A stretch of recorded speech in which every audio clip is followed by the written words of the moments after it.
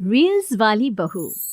प्रज्ञा को रील्स बनाने का बड़ा ही क्रेज है और वो दिन भर रील्स बनाती रहती है। खाते पीते घूमते फिरते घर में कॉलेज में रील्स बनाने के कारण प्रज्ञा पूरे कॉलेज में हाईलाइटेड है। जहां उसकी रील्स सभी को पसंद आते हैं, वहीं मनीषा चिंता में डूबी रहती है। एक रोज जब खाते हुए प्रज्ञा रील्स बना रही होती है, तब मनीषा कहती है, 1 मिनट भी चैन नहीं है इस लड़की को। ये नहीं कि खाना तो आराम से खा ले, लेकिन नहीं, अरे थोड़ी देर रील्स नहीं बनाओगी तो आसमान नहीं टूट पड़ेगा। अरे मम्मी, इसी को तो कहते हैं डिटर्मिनेशन। तुम नहीं समझोगी ये सब। भगवान, इस लड़की को सद्बुद्धि दे। जब देखो तब टेढ़ा बाका मुंह बनाती रहती है। मनीषा की बात का प्रज्ञा पर जरा भी असर नहीं होता और वो खाते खाते रील्स बनाती रहती है। दिन बीतने लगते हैं और देखते देखते प्रज्ञा का कॉलेज भी खत्म हो जाता है। आए दिन कोई ना कोई मनीषा को प्रज्ञा की शादी करवाने का सुझाव दे जाता है। सब ठीक ही कहते हैं, प्रज्ञा की शादी कर देनी चाहिए। अपने घर के काम काज में व्यस्त हो जाएगी तो खुद ही ये रील्स और नाच गाना बंद हो जाएगा। मनीषा और प्रेम प्रज्ञा के लिए एक अच्छा लड़का ढूंढने लगते हैं और तभी विकी का रिश्ता प्रज्ञा के लिए आता है, जिसने प्रज्ञा को उसकी रील्स देखकर पसंद कर लिया था। अगले दिन विकी अपने माता पिता के साथ प्रज्ञा के घर पहुंच जाता है और प्रज्ञा साड़ी पहने हाथों में चाय की ट्रे लिए उनके सामने आती है। जब विकी को पसंद है तो हमें भी बहू पसंद है। बहन जी, आप बारात की तैयारी कीजिए। एक बार लड़का लड़की अकेले में बात कर ले तो अच्छा रहेगा। हाँ हाँ, क्यों नहीं। मनीषा विकी को प्रज्ञा के कमरे में भेजती है, जहां प्रज्ञा पहले से ही रील्स बना रही होती है। तभी विकी कहता है, आ गए आपके साजन जी। हमारे साथ ये रील्स कंप्लीट करती तो और भी अच्छा रहता। अच्छा जी, अब आ ही गए हैं तो बना ही लेती हूँ आपके साथ। दोनों मिलकर रील्स बनाते हैं।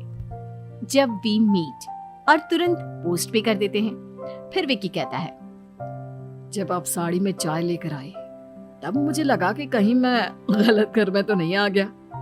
अब सही है। दोनों की शादी पक्की हो जाती है और शादी के दिन भी प्रज्ञा रील्स बनाने से चूकती नहीं। यहाँ तक कि बारात के समय भी नाचते हुए रील्स बनाती है। सभी लोग प्रज्ञा की तारीफ के पुल बांध देते हैं और प्रज्ञा नाचती गाती अपने ससुराल चली जाती है। सब कुछ अच्छा चल रहा होता है। प्रज्ञा यहाँ भी दिन भर हर चीज की रील्स बनाती रहती है। लेकिन कुछ दिनों के बाद जब सुनीता कहती है, बहू, ये रील्स के साथ साथ कुछ काम भी कर लिया करो। वैसे तुझे और क्या क्या बनाना आता है? मम्मी जी, वैसे तो सब कहते हैं कि मैं सब कुछ अच्छा बनाती हूँ, लेकिन मुझे लगता है कि मैं मैगी अच्छा बना लेती हूँ। हाँ, कॉफी भी अच्छा बना लेती हूँ और मुंह तो सबसे अच्छा बना लेती हूँ। हैं?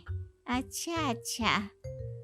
सुनीता अपना माथा पकड़ लेती है और कहती है, बहू, कुछ खाना बनाना भी सीख लेती।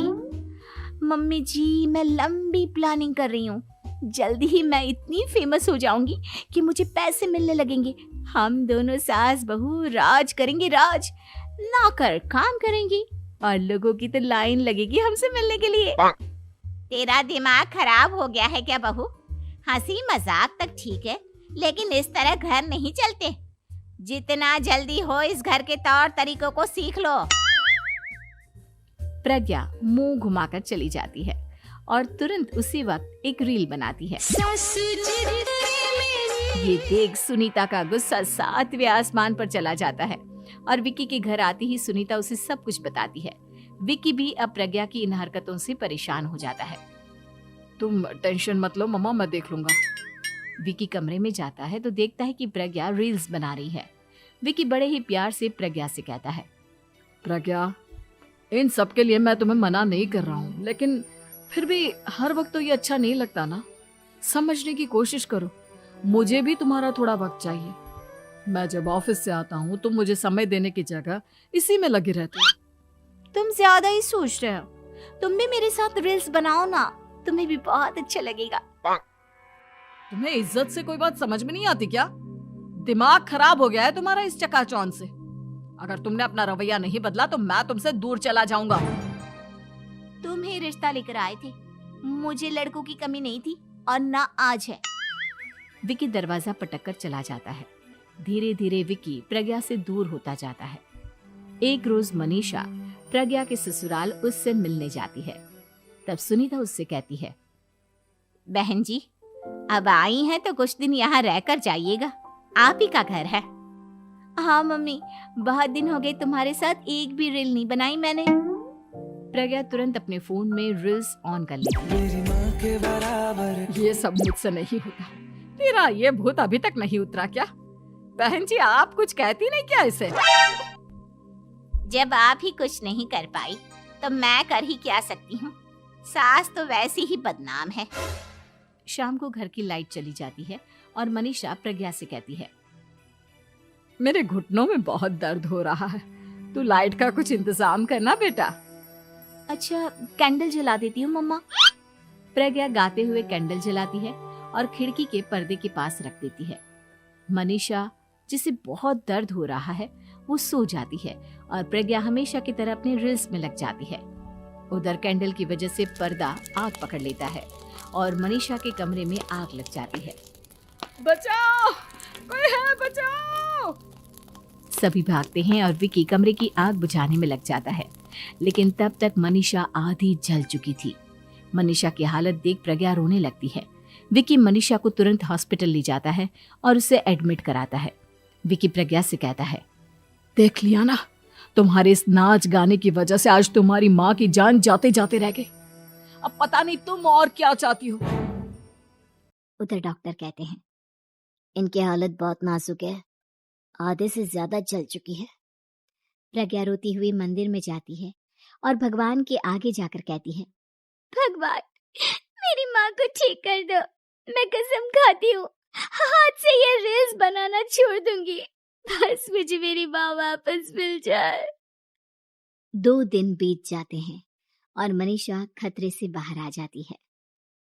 पेशेंट अब ठीक है, आप लोग उनसे मिल सकते हो। सब कोई मनीषा से मिलता है और प्रज्ञा सबके सामने अपना फोन तोड़ देती है। मुझे माफ कर दो मम्मा, मैंने तुम लोगों की बातों को नजरअंदाज किया। बेटा, कोई भी चीज जरूरत से ज्यादा खराब है। मैंने तुम्हें रील्स बनाने से कभी मना नहीं किया, लेकिन हर वक्त एक ही चीज तो सही नहीं है। मैं समझ गई हूँ मम्मा, आई एम सॉरी।